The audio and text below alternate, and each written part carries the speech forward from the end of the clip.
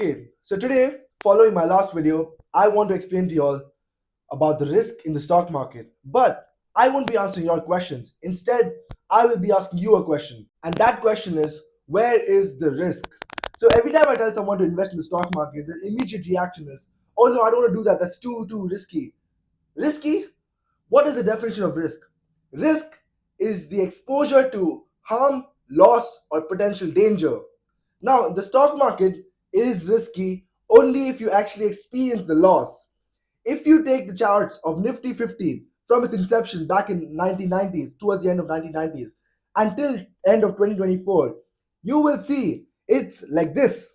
By like this, I mean it's on its way up continuously. So if you do zoom into it, you will see that the Nifty has gone down a couple of times, even crashed. By crashed, I mean it goes down severely by 10, 20, 30%. Now, that could be the 1990, the dot com bubble burst, the Y2K thing, 2008 financial crisis, COVID crash. But if you look at it over the long term, it's always on its way up. The reason people find investing or even the stock market risky is because they are in it for the short term gains, quick money, get rich quick schemes. But the stock market is not for quick money and it's not a get rich quick scheme. It is a long term instrument. Now imagine this. Imagine you're riding a bike, right? Which one's more risky? Riding it at 120 kilometers per hour or riding it at 60 kilometers per hour? As long as you go slow and steady, the risk is low. There's still risk. Riding a bike is still risky, but the chance of an accident is much less compared to if you were to ride it fast. So if your investing method was aggressive and you want quick returns, you are bound to face high levels of risk.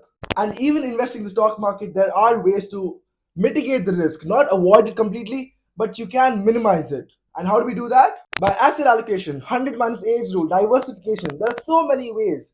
If you were just to control your investments and your expectations, investing in the stock market is far from risky. And even this risk they're talking about, okay? Now let's say the stock market does crash when you invest a lot of money in it. This risk, this loss is called unrealized loss. Means this loss is only on paper. Until you sell the stocks that you own, you don't realize the risk. You don't actually face the risk. So as long as you're patient, you let the money stay in the market and you wait for long-term growth, there is very minimal risk. So don't be worried about the risk. Start investing and always remember, money not made is money lost. So start today and don't waste any more time.